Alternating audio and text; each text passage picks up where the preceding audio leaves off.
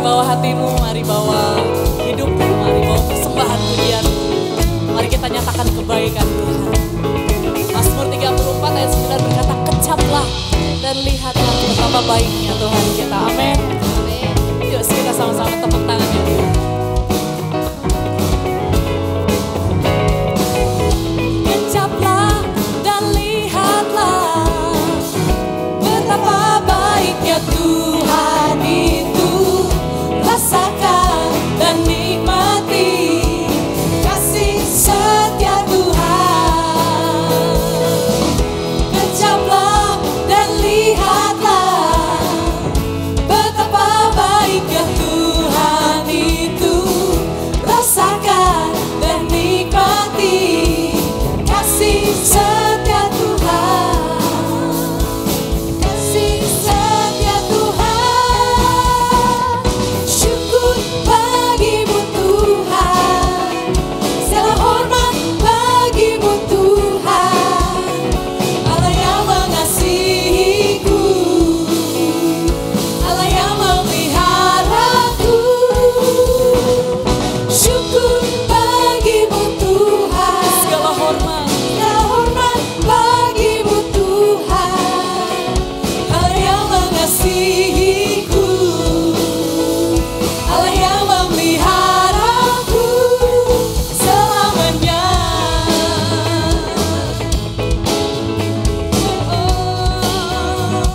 Selama-lamanya.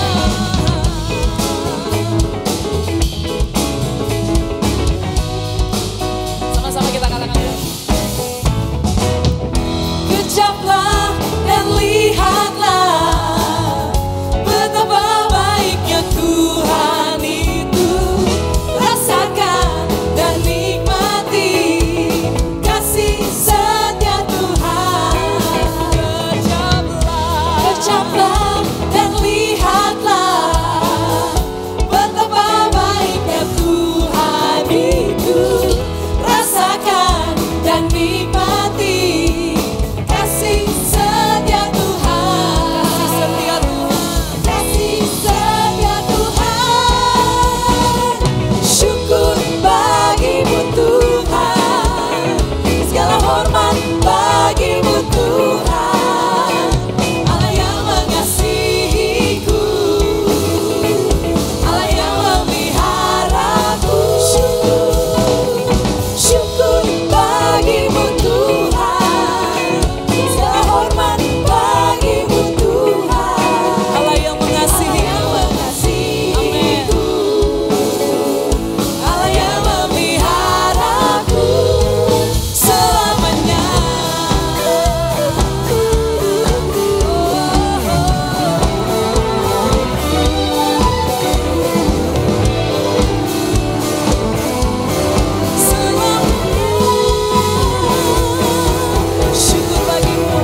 Syukur bagimu Tuhan. Segala hormat bagimu Tuhan. Allah yang mengasihiku, Allah yang memeliharaku. Syukur bagi Tuhan. Syukur bagimu Tuhan. Segala hormat bagimu Tuhan. Allah yang mengasihiku, Allah yang memeliharaku. Syukur bagimu Tuhan. Segala hormat bagimu Tuhan. Allah yang mengasihiku, Allah yang memeliharaku. Allah yang memeliharaku. Syukur bagimu Tuhan. Segala hormat bagimu Tuhan. Allah yang mengasihiku, Allah yang memeliharaku selamanya. Selamanya. Selamanya. Selamanya. Haleluya. Hidup bersama Tuhan adalah hidup dalam anugerah. Amin. Ada banyak tantangan tantangan, ada banyak pergumulan, tapi kita percaya bahwa ada pengharapan di dalamnya. Amin. Dan hari ini kita bisa berkata bahwa hari ini adalah hari yang terbaik yang Tuhan ciptakan bagi kita. Amin. Amin. Ku mau tetap bersyukur. Come on, clap your hands. Senantiasa bersyukur segala yang ku alami, biar kehendakmu terjadi. Ku mau tetap bersyukur, senantiasa bersyukur. Hatiku kan bersuka sebab hari ini, amin, hari yang terbaik.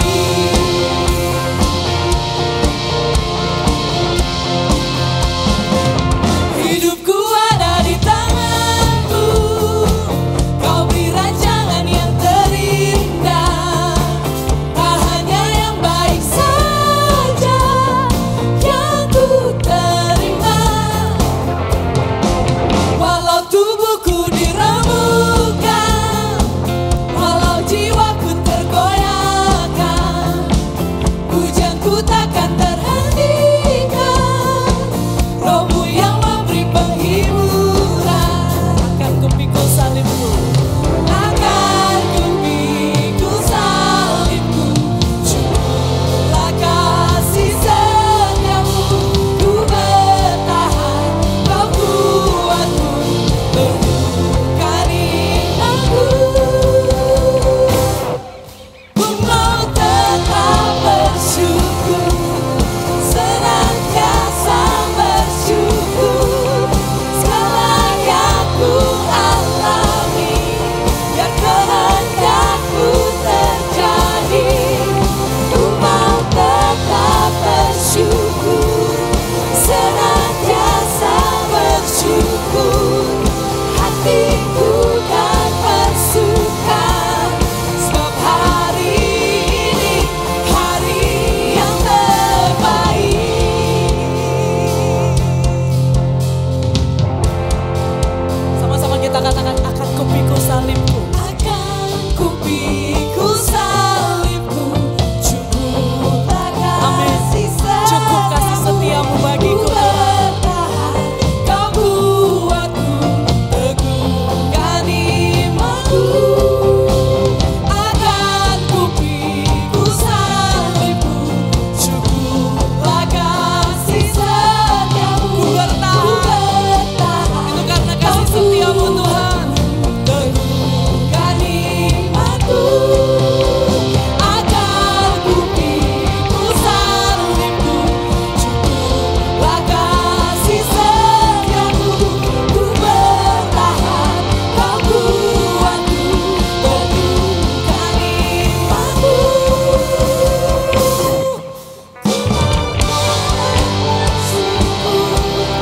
Senantiasa bersyukur segala yang ku alami, biar kehendakmu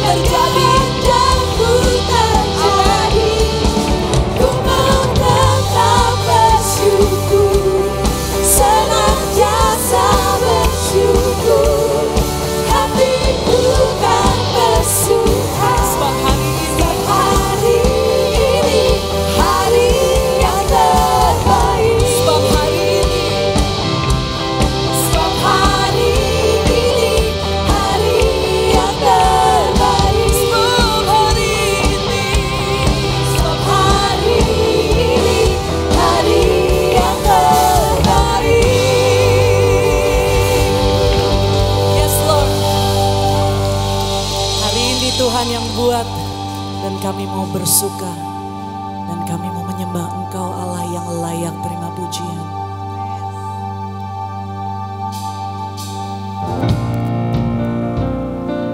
Kami mau sujud menyembah Allah yang perkasa, Allah yang mulia, Allah yang layak disembah.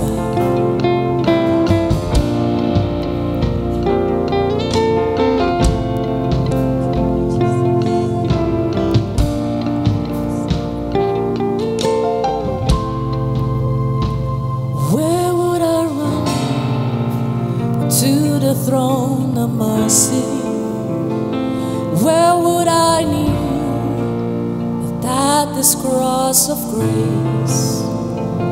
How great the love, the strong the hands that holds us. Beautiful, so beautiful. So here I bow to lift you high, Jesus, be glorified in all things. For all my life I am yours, forever yours.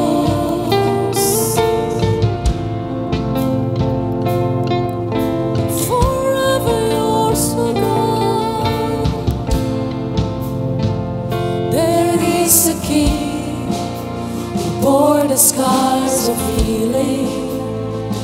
There is a Son who came in grace and truth. How great the love that carries us to kindness. Wonderful, you're wonderful, you're wonderful. And here I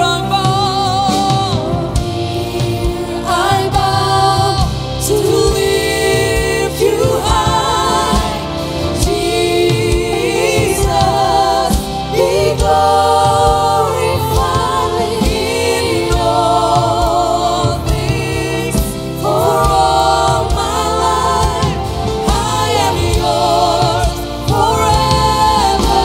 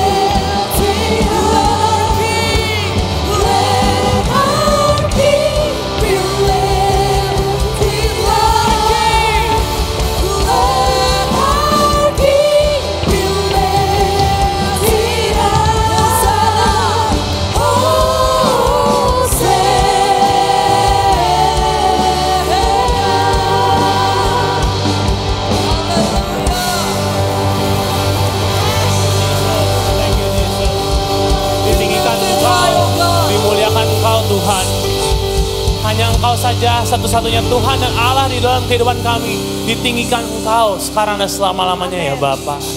Kami jemaat-Mu berkumpul di tempat ini, menyatukan hati Tuhan. Mau berdoa untuk anak-anak jemaat di tempat ini. Ataupun mereka semua yang sedang menghadapi ujian kenaikan kelas. Ataupun ujian akhir. Bapak, kiranya hikmat-Mu, marifat-Mu turun atas mereka semua. Sehingga mereka semua bisa belajar dengan baik, mempersiapkan diri menghadapi ujian. Bisa mendapatkan hasil excellent, hasil maksimal, sehingga mereka juga bisa memuliakan Engkau Tuhan. Kami juga mau berdoa untuk jemaat tempat ini yang mungkin sakit karena cuaca yang gak baik. Tuhan, kami percaya miracles and healing in Jesus name. Jehovah Rafa, nyatakan diri-Mu Tuhan. Kami percaya di dalam nama Yesus Kristus Tuhan ada kesembuhan ilahi. Dalam nama Tuhan Yesus, segala sakit penyakit apapun disembuhkan dalam nama Tuhan Yesus. Kami juga berdoa Tuhan untuk mereka yang baru mengenal Engkau, jemaat yang baru lahir baru. Tuhan, pekerjaan baik yang sudah Tuhan mulai, Tuhan yang memimpin, dan Tuhan juga akan menggenapi segala rancangan-Mu di dalam kehidupan mereka Bapa. Biarlah mereka semua boleh mengalami pengenalan lebih akan Engkau, perjumpaan secara pribadi, sehingga ada kehidupan yang ditransformasikan, diubahkan, dibentuk serupa segambar dengan Engkau menjadi murid Kristus. Dan biarlah kehidupan mereka semua dan kami di tempat ini memuliakan nama Engkau. Kami percaya Tuhan, lebih baik satu hari di rumah Tuhan, di pelataran-Mu, daripada 1000 hari di tempat lain. Seperti rusa yang rindu aliran air sungai-Mu, demikianlah jiwa kami haus akan kebenaran firman-Mu Tuhan. Sebentar kami mau menyambut mendengar firman Tuhan. Biarlah firman ini tertanam di hati yang subur. Kami membuka diri kami, jemaat di tempat ini, menyerahkan hari-hari kami ke depan ke dalam rancangan-Mu Tuhan. Terima kasih Tuhan. Di dalam nama Tuhan Yesus kami berdoa dan mengucap syukur. Haleluya, puji Tuhan. Amin. Yes. We praise the Lord. Haleluya. Apa kabar semua? Kasih fist bump kiri kanannya. Katakan God is good. And happy Sunday. Silakan duduk Bapak Ibu yang dikasih Tuhan. Shalom. Baik-baik semua. Nggak kena macet kan kesini ya? Ya puji Tuhan ya. You made it. Kita percaya malaikat Tuhan sertai dan pimpin langkah kita beribadah pagi hari ini. Dan bersyukur sekali untuk jemaat-jemaat yang baru bisa bergabung di gereja ICC. Dan kalau saudara menyimak minggu lalu, kita sedang membahas dari kitab Kejadian ya. Judul serinya adalah Through the Bible. Jadi kita sedang belajar firman Tuhan kitab demi kitab. Dan minggu lalu kalau ada yang miss bisa masih ada di YouTube-nya ya. Kejadian 1 dan 2 kita bahas minggu lalu. Sudah semangat? Kita lanjutkan ke kejadian ketiga. Yes? Oke, siapkan catatan saudara. Karena saya percaya apa yang kita akan terima pagi hari ini, kalau kita simpan dalam hati dan Roh Kudus kuatkan, bantu kita untuk bisa melakukannya, this will transform. Ini akan sangat mengubahkan hidup saudara dan saya dimanapun Tuhan tempatkan kita, khususnya di dalam hubungan satu dengan yang lain. Jadi kali ini judulnya adalah bisa munculkan ketika kepercayaan apa? Rusak. Nah, adakah di antara kita yang pernah ngalami nih kepercayaan yang rusak? Pernah nggak ngalamin? Ditipu sama orang, sahabat baik, ya katanya sudah lama, sudah saling kenal. Kenapa kok dia sampai bawa lari mungkin uang kita dan lain sebagainya? Kita merasa mungkin pasangan kita yang kita percayai, kok tiba-tiba nggak setia. Ya, sahabat tiba-tiba ingkar janji. Sudah janji sesuatu, kita sudah harapin bener nih, tiba-tiba ingkar janji. Terus orang bilang apa? Sakitnya di sini. Kan gitu ya. Aduh, sakit banget. Ya, kenapa kamu kayak gitu? Saya pikir kita nih lagi kuliah bareng, usaha bareng, mulai merintis bareng. Saya pikir kamu bisa dipercaya. Today I just found out. Hari ini saya baru tahu. Ternyata semuanya kamu mark up. Ya, setiap deal-deal harga, setiap proyek-proyek yang ada, saya baru tahu ternyata kamu mark up, naikin harganya untuk kepentingan kamu sendiri. Sakitnya di mana? Di sini. Lalu kita bilang, wah, begitu kita tahu bahwa sahabat kita, rekan bisnis kita yang sudah kita percayai sekian lama, membohongi kita, mengingkari janji, dan bahkan mungkin merugikan kita, saudara lalu mikir semuanya, betul nggak? Kita langsung mikir, berarti semua pembicaraan kamu sebelumnya, semua obrolan-obrolan kita, semua ide-ide kita sebelumnya yang kamu pernah ucapkan, berarti semuanya mungkin ada agendanya. Dan mungkin ke depan akan jadi apa pertemanan kita. Saudara, orang yang ketahuan, orang yang tahu misalnya sahabat yang mengingkari janji atau merugikan dia, merusak kepercayaan, tiba-tiba semuanya jadi ceritanya diulang lagi. Cerita ke belakang dia lihat, cerita ke depan dia lihat juga. Makanya saudara, orang yang mengalami ini bisa mengalami sakit yang cukup dalam. Apalagi kalau terjadi di dalam keluarga. Nah saudara, dalam Kejadian 3, ini hubungan pertama manusia yang rusak terjadi dalam Kejadian 3 ini. Dan kalau kita pelajari dengan baik bagaimana terjadinya, oh ini toh gimana hubungan manusia awal mula rusak. Dan ketika kita mengerti ini, kita jadi tahu jalannya.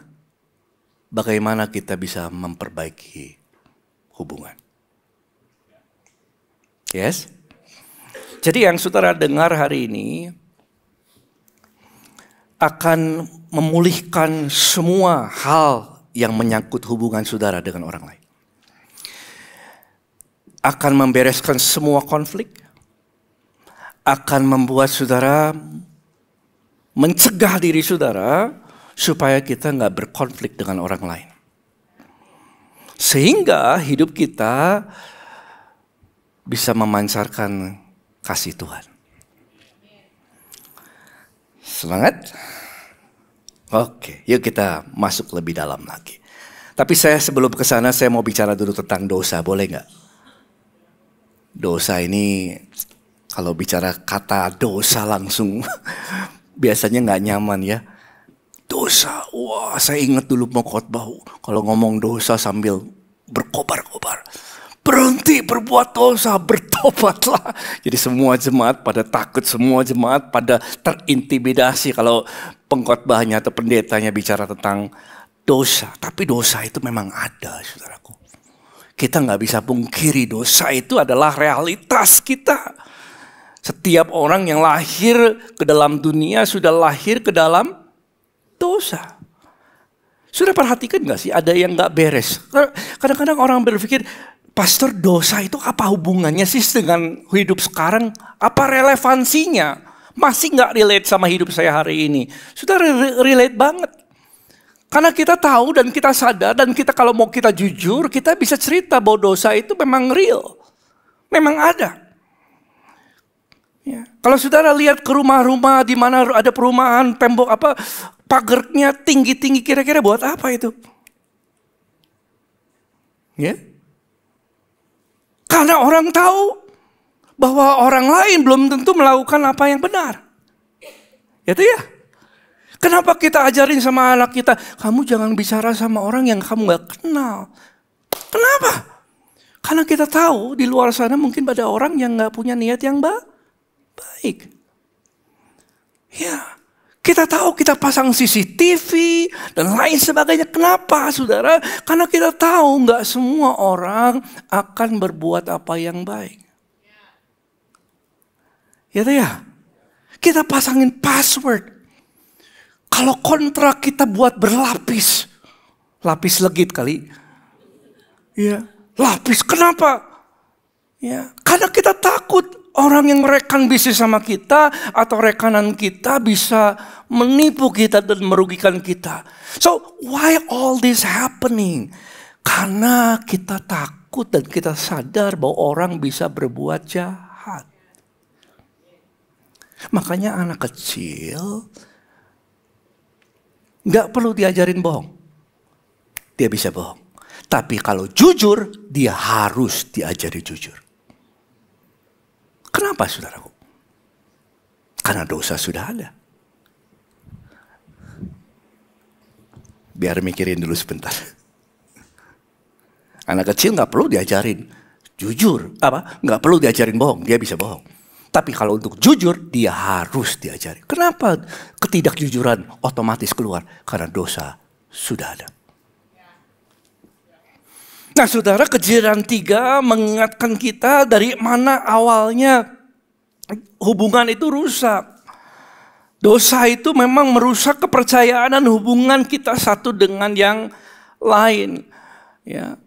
Kepercayaan orang satu dengan yang lain menurun dan semakin menurun semakin tahun ke depan. Dulu pada waktu kecil saya dititipkan ke tetangga. Ya, dalam kurun waktu kalau mama papa lagi sibuk, saya dititipin ke tetangga sebelah. Namanya, saya sebutnya encim besar, encim kecil, dan encim sedang. Betulan namanya gitu, saya sebutannya. Karena memang encim-encim gitu, tapi ada yang besar, ada yang sedang, ada yang kecil. Ya, dititipin ke situ, dititip ke tetangga, sehingga mama saya, papa bisa pergi kemana ataupun kerja apa tanpa pusing anaknya aman atau enggak. Dititipin ke tetangga. Kalau zaman sekarang titip ke tetangga mikir 10 kali. Kepercayaan orang satu dengan yang lainnya sekarang menurun, saudaraku. Ya, dulu bisnis hanya jabatan shake hand aja, gentleman agreement. Ya, shake hand, jabatan tangan, deal, selesai. Sekarang mana bisa? Jangankan seperti itu, dibuat kontrak pun masih ditembus. Iya atau iya?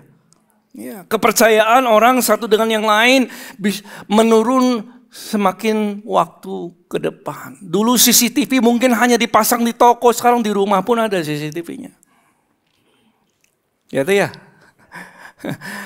Ya, karena kita mungkin khawatir bukan hanya sama orang yang kerja di toko, mungkin sama orang yang kerja membantu kita di rumah. Kepercayaan orang menurun, tetapi saudara, yang menariknya orang semakin percaya sama dirinya. Ini menarik ya. Makanya ada kamera di depan. Kalau handphone saudara itu. Kapan dulu itu lu gak ada kamera di depan lo? Kamera belakang kan? Sekarang kamera ke depan. Hadap kita. Orang fokus sama dirinya, orang semakin banyak saudara akan dengar dan ke depan akan semakin banyak orang bilang gini, this is my way. Ini hidup saya. Ini cara aku mau hidup, lu mau apa? Terserah lu. This is my way. Kayak ada lagunya ya. I did it my way gitu ya. Ya, my way. Ya, orang semakin percaya kepada apa yang dia pikirkan itu baik. Nah saudara, bagaimana sebenarnya masalah hubungan satu dengan yang lainnya yang membuat akhirnya konflik, kurang percaya, itu sebenarnya berasal akarnya itu dari hubungan kita dengan Tuhan. Kepercayaan saudara dengan Tuhan ya berdampak kepada kepercayaan saudara kepada orang lain. Mari saya tuliskan ini supaya mudah untuk diingat. Jadi khotbah kali ini cuma satu kalimat. Kepercayaan yang rusak dengan Tuhan selalu mengakibatkan kepercayaan yang rusak dengan sesama. This is it. Gampang ya? Nanti ceritanya sama orang lain gini aja. Kalau rusak kepercayaanmu sama Tuhan, pasti rusak kepercayaanmu sama yang lain. Pasti itu. Nanti saya jelaskan. Nah saudara, semua konflik akibatnya dari situ. Kenapa kita gak curigaan sama orang lain, gak percaya sama orang lain? Karena kepercayaan kita sama Tuhan yang terganggu. Kalau kita buka dalam Kejadian 2, lihat kita. Dalam Kejadian 2 ayat 25. Adam Hawa mereka keduanya telanjang, terbuka. Manusia dan istrinya, suami istri, mereka tidak sama-sama apa? Tidak merasa malu. Saudara, hubungan yang Tuhan ciptakan di awal adalah hubungan yang penuh dengan kepercayaan. Gak ada yang nutupi, gak perlu acting, gak perlu topeng, gak perlu memanipulasi, mendominasi. Hubungan yang sempurna, hubungan yang transparan, hubungan yang penuh dengan kepercayaan, hubungan yang amat baik. Itu yang pertama ada di dalam taman itu, yang Tuhan jadikan. Gak ada yang disembunyikan, gak ada kepura-puraan, gak ada filternya. Kalau zaman sekarang kan foto-foto ada filternya. Kadang-kadang lupa pakai filter. Ya tuh. Dulu hubungan itu desain aslinya adalah kayak gitu. Telanjang bicara tentang keterbukaan. Telanjang bicara tentang bukan hanya physically tetapi emotionally. Ya, pikiran juga terbuka semuanya. Tidak ada yang dipura-purain, ditutup-tutupi, semuanya terbuka. Hubungan yang penuh dengan kepercayaan itu desain awalnya. Hubungan manusia itu. Sebelum ada dosa harusnya begitu. Semuanya percaya, semuanya saling mengasihi, memperlengkapi dan lain sebagainya. Itu desain awal yang penuh dengan kepercayaan. Nah, ini Kejadian 3 ayat yang pertama. Di sini rusaknya. Adapun ular yang paling cerdik dari segala binatang di darat yang dijadikan Tuhan. Cerdik ini, saudara, dia bicara tentang sesuatu yang sangat pandai ya. Dia cari opportunity untuk cari kesempatan menjatuhkan. Ular itu berkata kepada perempuan itu, tentulah Allah berfirman, saya garis bawahi, semua pohon dalam taman ini jangan kamu makan buahnya. Bukan. Lalu ayat 2 ya. Lalu sahut perempuan itu kepada ular itu, buah pohon-pohon dalam taman ini boleh kami makan. Ya.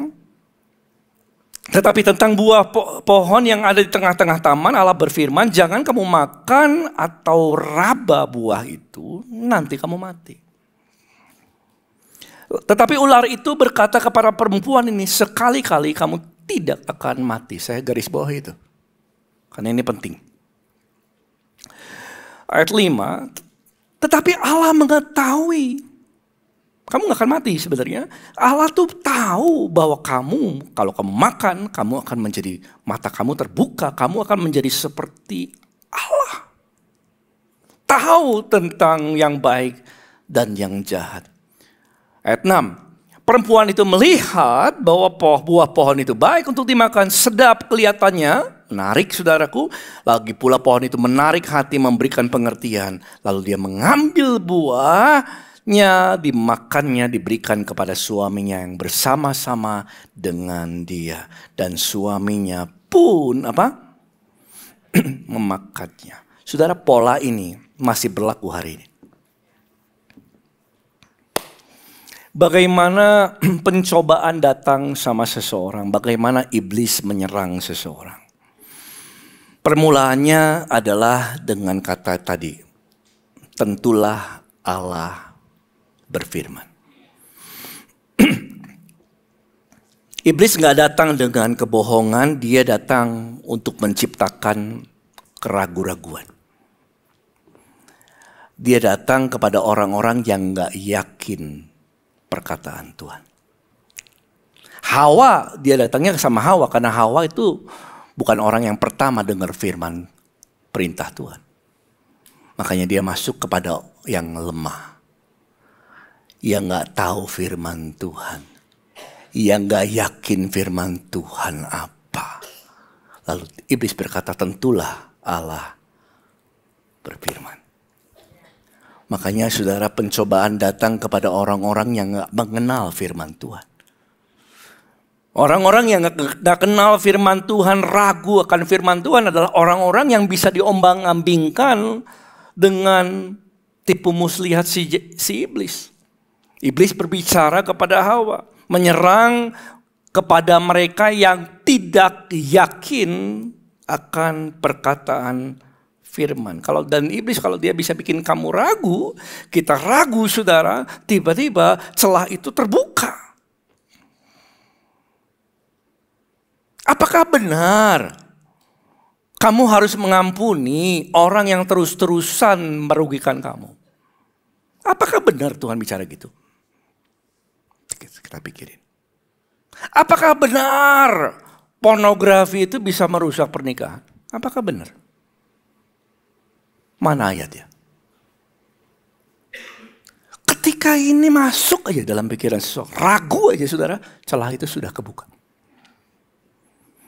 Pencobaan selalu datang kepada orang-orang yang ragu akan firman Tuhan. Dia gak yakin. Ya.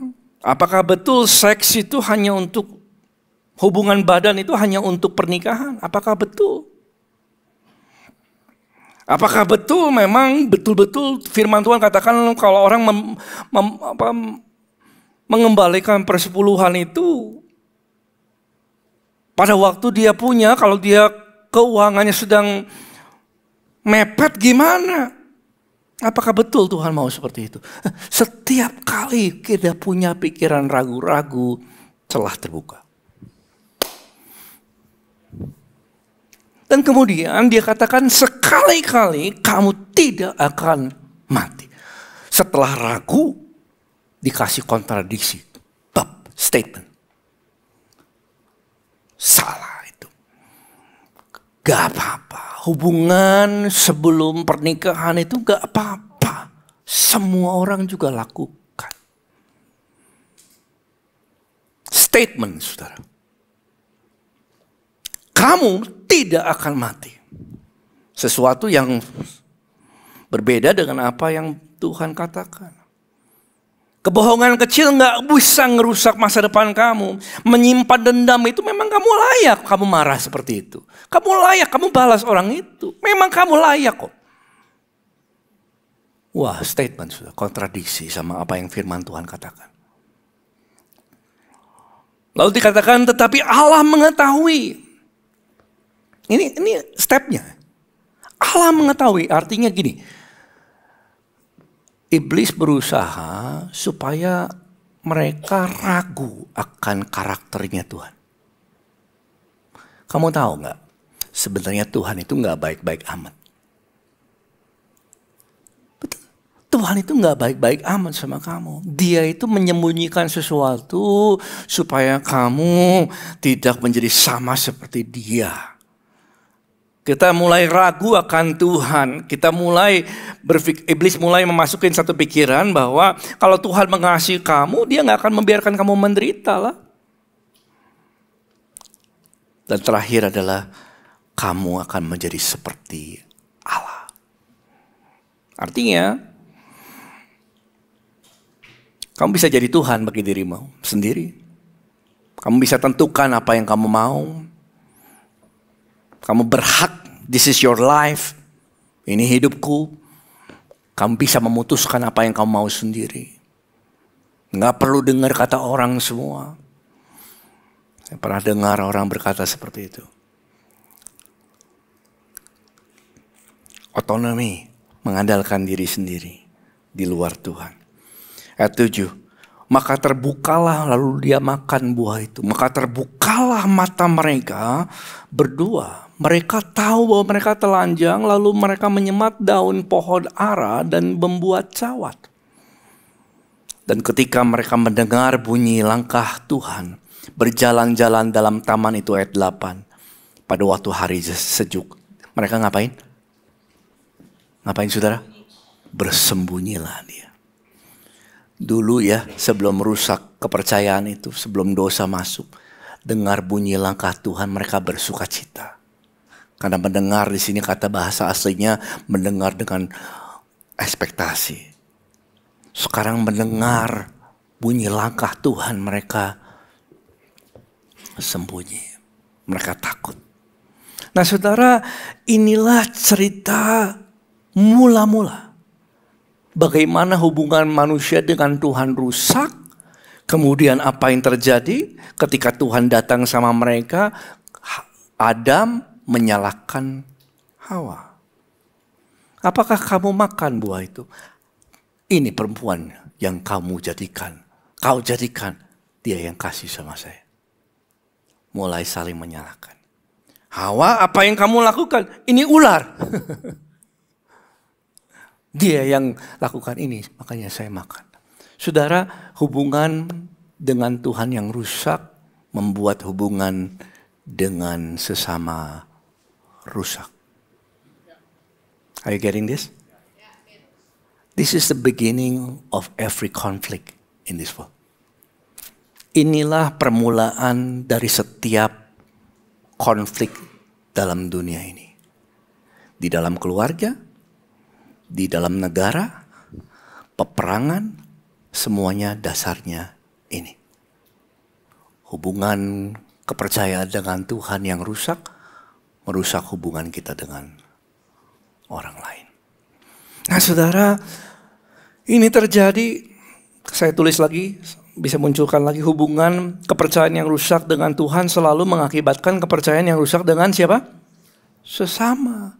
Jadi inti dosa bukan hanya pelanggaran aturan atau perintah Tuhan. Dosa adalah pelanggaran kepercayaan. Dosa itu merusak hubungan. That's the esensi daripada dosa. Dosa merusak hubungan dengan Allah. Dosa merusak hubungan dengan sesama. Ya tidak? Iyalah. Kalau kita merugikan orang lain, tiba-tiba hubungannya rusak. Dosa merusak hubungan. Dari awalnya memang demikian, saudaraku. Manusia yang diciptakan dengan desain rancangan yang sempurna, supaya dia percaya kepada Tuhan sepenuhnya, hidup mengandalkan Tuhan bukan mengandalkan dirinya, lalu dibangun hidup dalam dunia ini, membangun kepercayaannya dengan orang lain. Dalam hubungan kasih satu dengan yang lain. Dan ketika kepercayaan kepada Tuhan rusak, maka mereka pun memiliki hubungan yang rusak satu dengan yang lain. Meleset dari apa yang Tuhan rancangkan. Jadi semua dasar konflik adalah itu, saudaraku. Kenapa kamu nolak pengampunan? Saya nggak bisa maafin, pastor. Ketemu orangnya pun sudah sebel. Saya nggak bisa. Pastor harus dengar dia lakuin apa sama saya.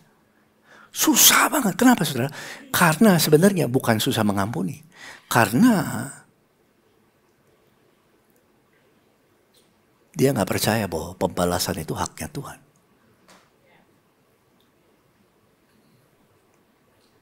Bahwa keadilan itu adalah haknya Tuhan. Bahwa Tuhan itu bisa lakukan apa yang dia pandang baik. Bagian kita adalah memberkati dan mengampuni. Tuhan bisa mengajar orang lain. Kenapa dia sambil ambil shortcut? Nipu sana, nipu sini. Kenapa? Karena orang gak percaya bahwa Tuhan sanggup sediakan sama dia. Saudara, nangkap ini gak? Belajar ya saudara. Orang yang gak percaya Tuhan, dia mulai melindungi dirinya sendiri. Itu yang membuat konflik.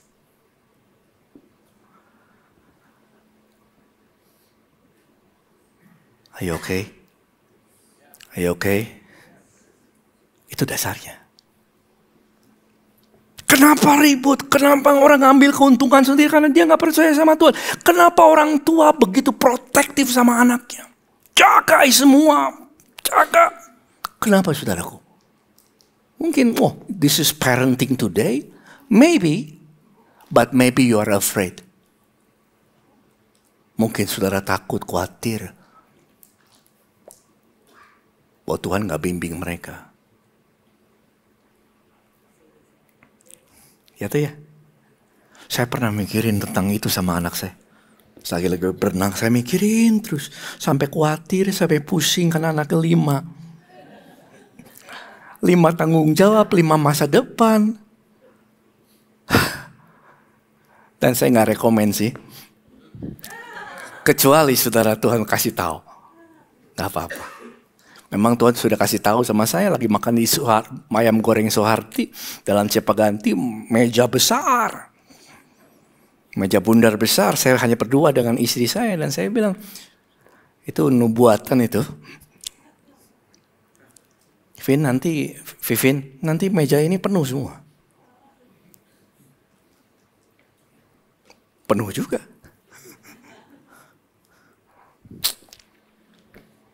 Jadi saya menerima. Dan saya bersyukur. So, nah sudah saya tulis ini, distrust in God akan menjadi self-protection. Akan menjadi deception. Akan membuat kita gak bisa dipercaya juga. Kalau saudara gak percaya sama Tuhan, saudara membuat dirimu gak bisa dipercaya sama orang. Kalau kita gak percaya sama Tuhan, kita membuat diri kita juga sukar untuk dipercaya sama orang lain. Kenapa? Karena orang yang gak percaya sama Tuhan, dia akan menjaga dirinya. Dan ketika dia menjaga dirinya, dia bisa merugikan orang lain. Dia bisa mengambil jalan pintas. Aduh pastor, kalau saya nggak lakukan ini, saya nggak bisa survive. Nggak bisa selamat dalam bisnis, makanya saya harus lakukan ini. Tapi kamu lakukan ini merugikan rekan bisnis kamu. Akhirnya hubungannya rusak. Kenapa? Karena dia nggak percaya bahwa Tuhan tuh sanggup memberkati dia. Maka dia melindungi diri, makanya dia pikir jalannya gimana caranya. Lalu dia mulai lakukan sesuatu yang tidak baik. Deception. Kepada rekannya. Dan terjadilah dia menjadi orang yang tidak bisa dipercaya. Makanya akarnya adalah apakah kita bisa mempercayai Tuhan. Orang itu bisa bohong. Bisa berbohong sama orang lain. Bisa setengah berbohong juga bisa. Pura-pura bisa. Sembunyikan sesuatu bisa, membesar-besarkan bisa. Orang bisa lakukan ini, kenapa? Karena dia melindungi diri. Dia melindungi dirinya. Dan itu yang bisa merusak hubungan dengan yang lain. Akhirnya dia menjadi orang yang tidak bisa dipercaya. Dan hubungan ini mulai turun jadi rusak.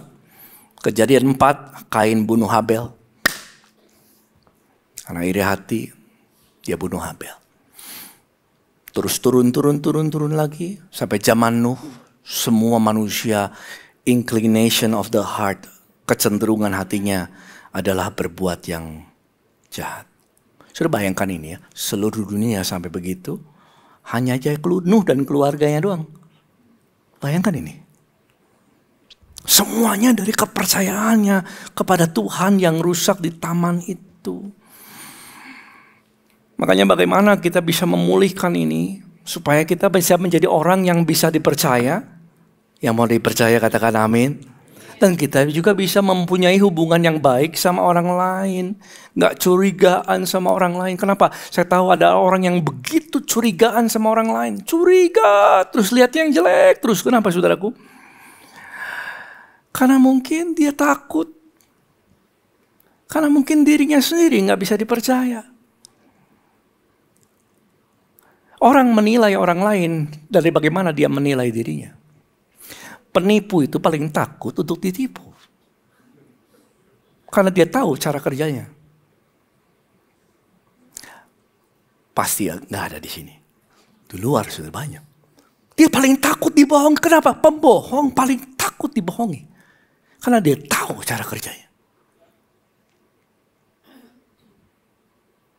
Gitu ya? Iya.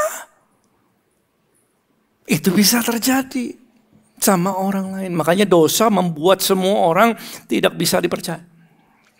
I'm sorry to say this, but firman Tuhan katakan ke Roma 3 ayat 4, sekali-kali tidak, sebaliknya Allah adalah benar dan sebagian manusia. Bukan ya, apa? Semua membohong. Gak ada di antara kita yang bisa sempurna dipercaya 100%. Gak ada. Termasuk saya. Siapa di sini kalau ngomong pernah bohong? Cuman saya doang. Ayo dong temenin. Siapa yang kalau bicara pernah membesar-besarkan? Ditanya udah makan belum? Bilang udah, padahal lihat mukanya sebelahnya.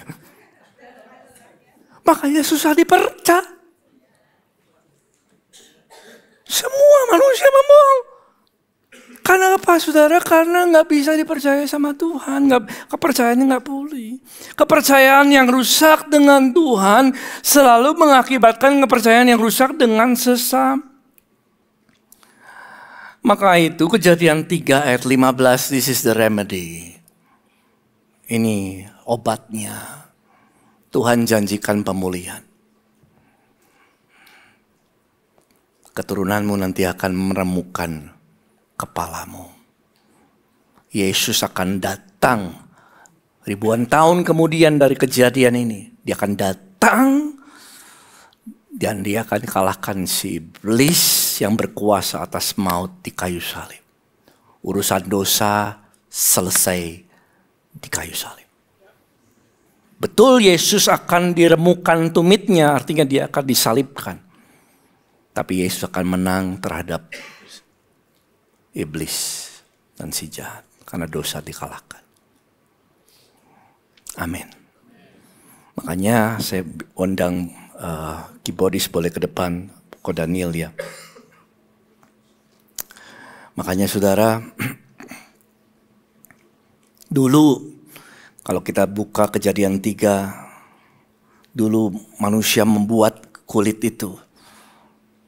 Ya, setelah telanjang dia tutupi supaya dia nggak ketahuan kemaluannya.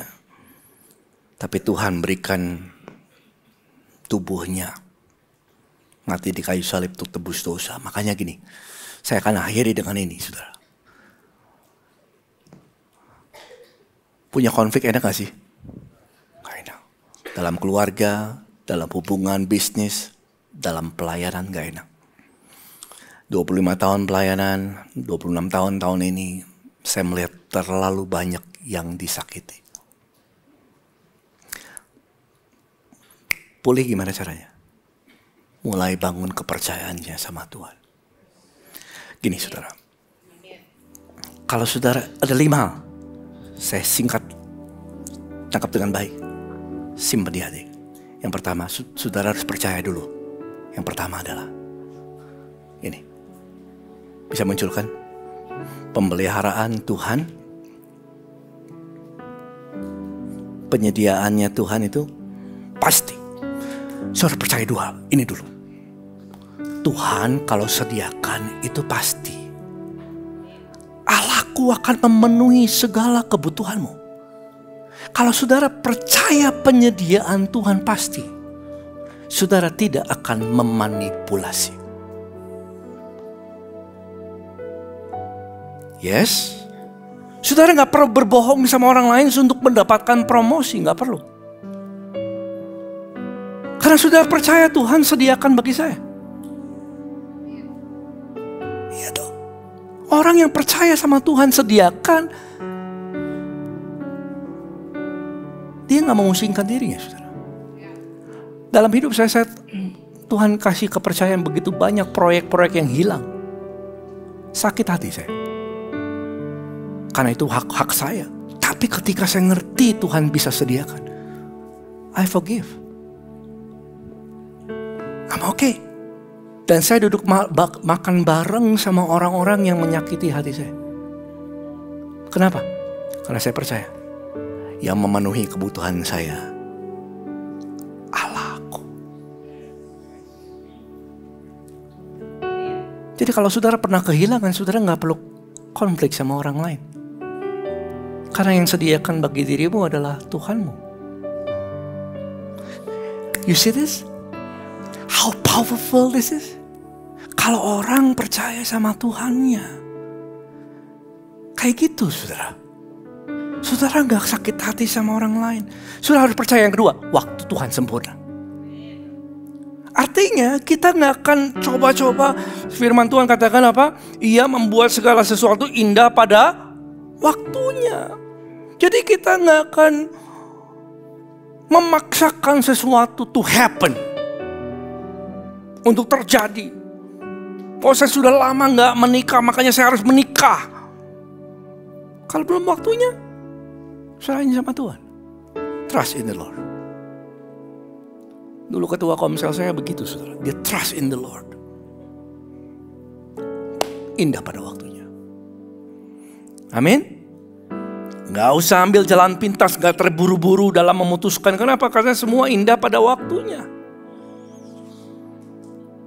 Yang ketiga, saudara percaya bahwa Tuhan dapat mengubah. Ini penting banget. Tuhan bisa mengubah yang buruk jadi baik. Wow, this is powerful. Dalam Roma 8 ayat 28 kita tahu sekarang bahwa Allah turut bekerja mendatangkan kebaikan. Jadi saudara gak khawatir kalau ada orang yang merugikanmu. Kalau ada orang yang berbuat jahat sama saudara, kalau orang ada yang memfitnah kita, ada orang yang mengata-ngatai kita, ada orang yang merugikan saudara, saudara gak khawatir. Kenapa? Karena Tuhan itu spesialis. Rubah yang buruk jadi baik.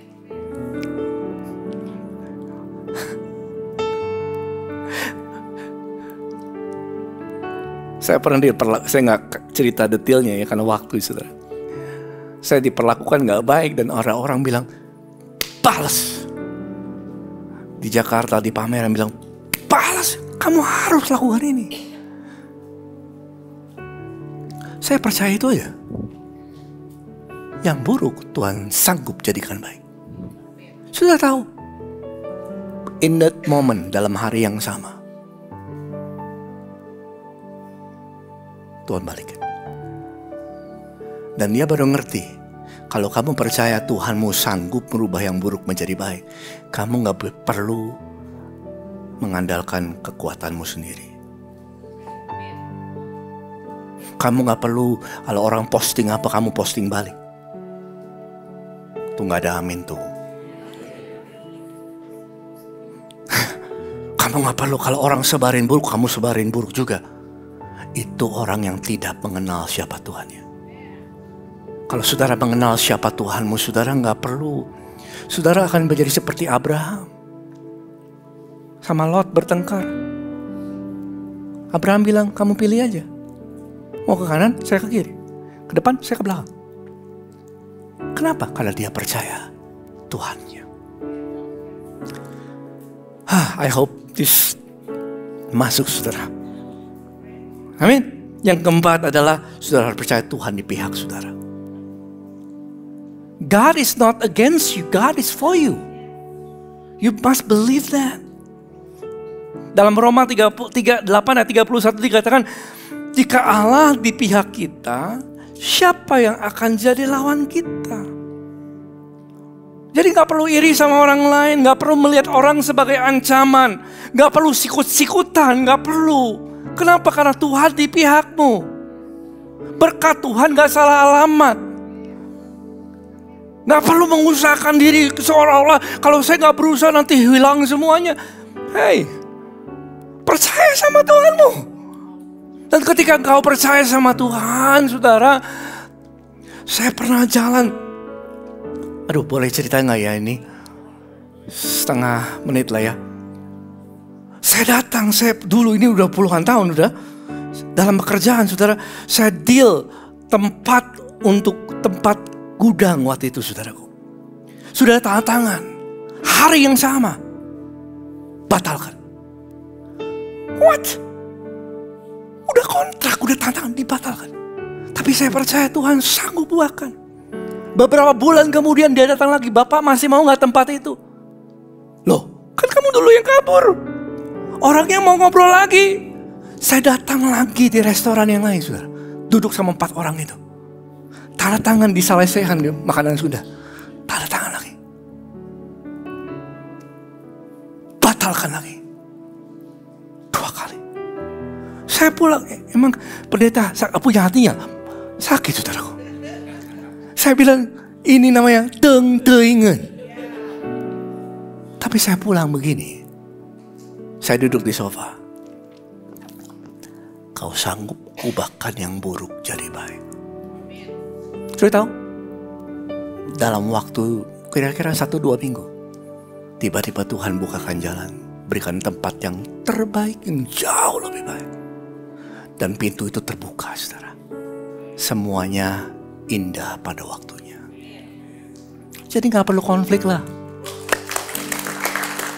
Amin. Gak perlu konflik ya. Gak perlu marah-marah lah. Gak perlu balas-balasan. Sudah kuno. Itu orang dunia yang gak kenal Tuhannya. Kalau saudara kenal Tuhanmu,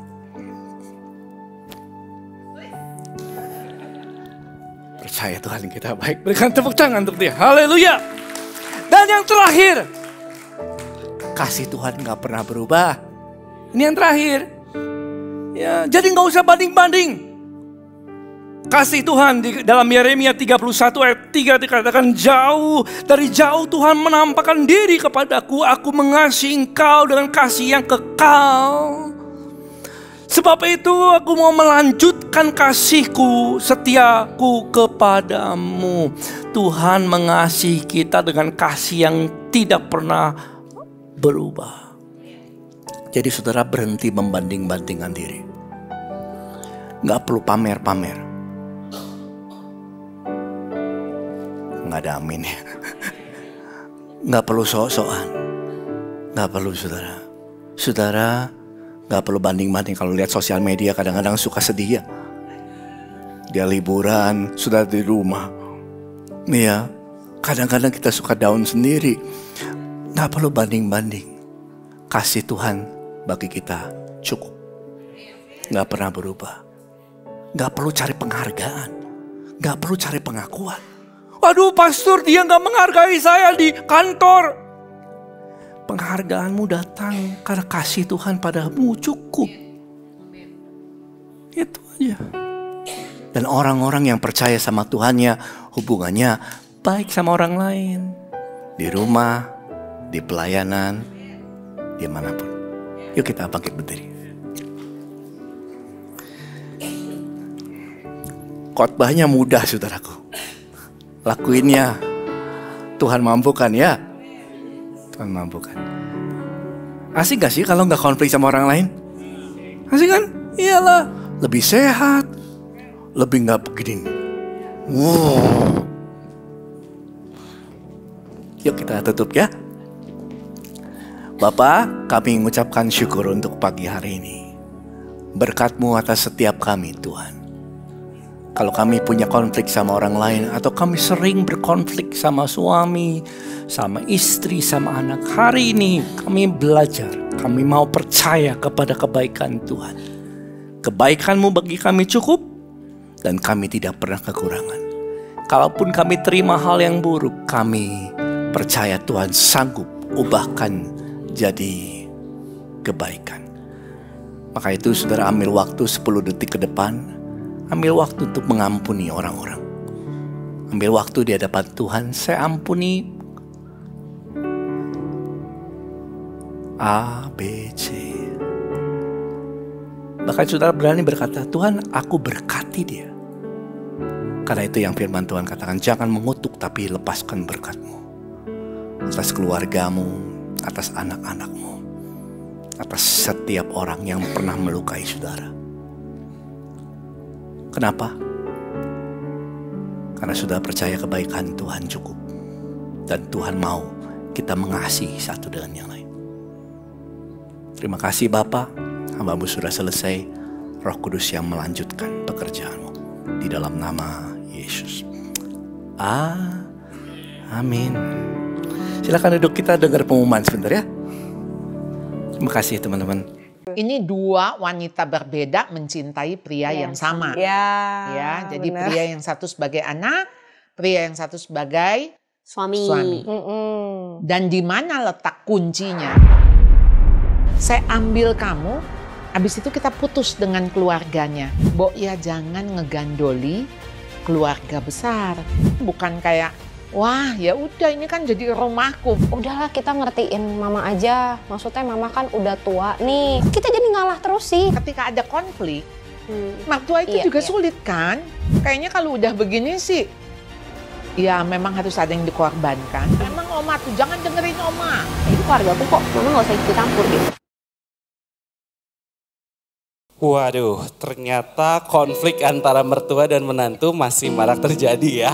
Apalagi kalau bisa tinggalnya satu rumah, biasanya tantangannya masih makin banyak biasanya. So, para ladies bisa hadir nanti ke ibadah Wow, Woman of Word yang akan diadakan pada tanggal 5 Juni 2025 yang akan membahas tentang mertua dan menantu. Ini penting banget ya.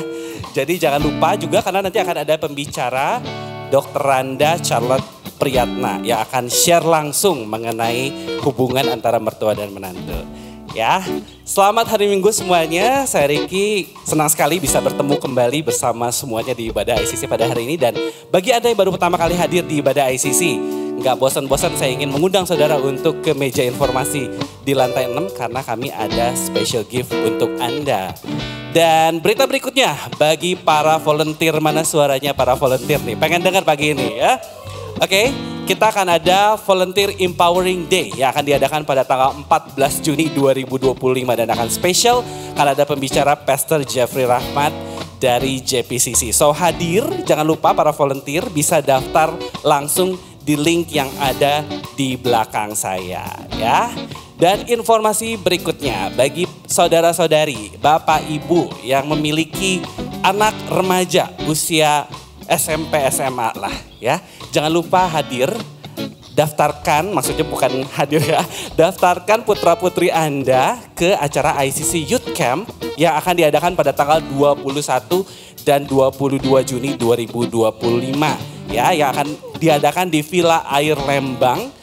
Dan seru banget pasti, akan ada biaya pendaftaran juga sebesar Rp200.000. Di sini sesuai dengan temanya Encounter. Nanti para remaja ini akan dibawa mulai dari kegiatan pujian penyembahan, kemudian firman Tuhan, kemudian ada games juga dan ada kegiatan berkelompok. Dan yang pastinya sesuai dengan temanya juga akan menikmati waktu pribadi bersama Tuhan. Jadi daftarkan putra-putri Anda semuanya ke ICC Youth Camp ya. Bisa ke link yang ada di belakang saya atau langsung daftarkan juga ke meja informasi di lantai 6 ya. Dan saudara-saudara jangan lupa juga kita harus memberikan persembahan ya sebagai ucapan syukur kita kepada Tuhan yang sudah baik banget di kehidupan kita sehari-hari. Dan persembahan bisa diberikan melalui transfer rekening ke nomor rekening yang ada di depan kursi saudara juga. Bisa lewat e-banking, m-banking atau sudah ibadah nanti bisa juga memberikan lewat kotak persembahan yang ada di sekitar kita semuanya. Atau juga ada mesin edisi kok nanti di meja informasi ya. Jadi banyak banget optionnya, mari kita memberikan yang terbaik dari apa yang kita punya. So, spesial lagi satu buat Anda yang berulang tahun di bulan ini ya, bisa datang ke meja informasi karena kita punya gift juga buat semuanya. Oke, sekian informasi dari ICC pada hari ini. Saya ingin undang saudara untuk bangkit berdiri untuk menerima berkat. Terima kasih dan Tuhan Yesus memberkati. Mari kita hampiri itu. Bapak terima kasih. Kami ucapkan syukur untuk pagi hari ini. Kami angkat kedua tangan kami buka hati kami. Karena kami tahu berkat datang, pemberian yang baik datang dari surga. Bapa yang penuh dan kasih. Tuhan memberkati saudara. Dan Tuhan melindungimu. Tuhan menyinari engkau dan wajahnya. Memberikan kau kasih karunia. Pulanglah. Terimalah yang segala yang terbaik dari surga. Menyertai saudara. Hubunganmu dengan sesama juga pulih. Sehingga engkau dikenal sebagai orang yang mengasihi jiwa-jiwa. Sampai Maranatha, sampai selama-lamanya. Dalam nama Yesus yang telah diberkati, jadi berkat. Katakan amin. Ya, happy Sunday, Tuhan Yesus memberkati. Bye-bye. Minggu depan kita akan lanjutkan kembali ya serinya.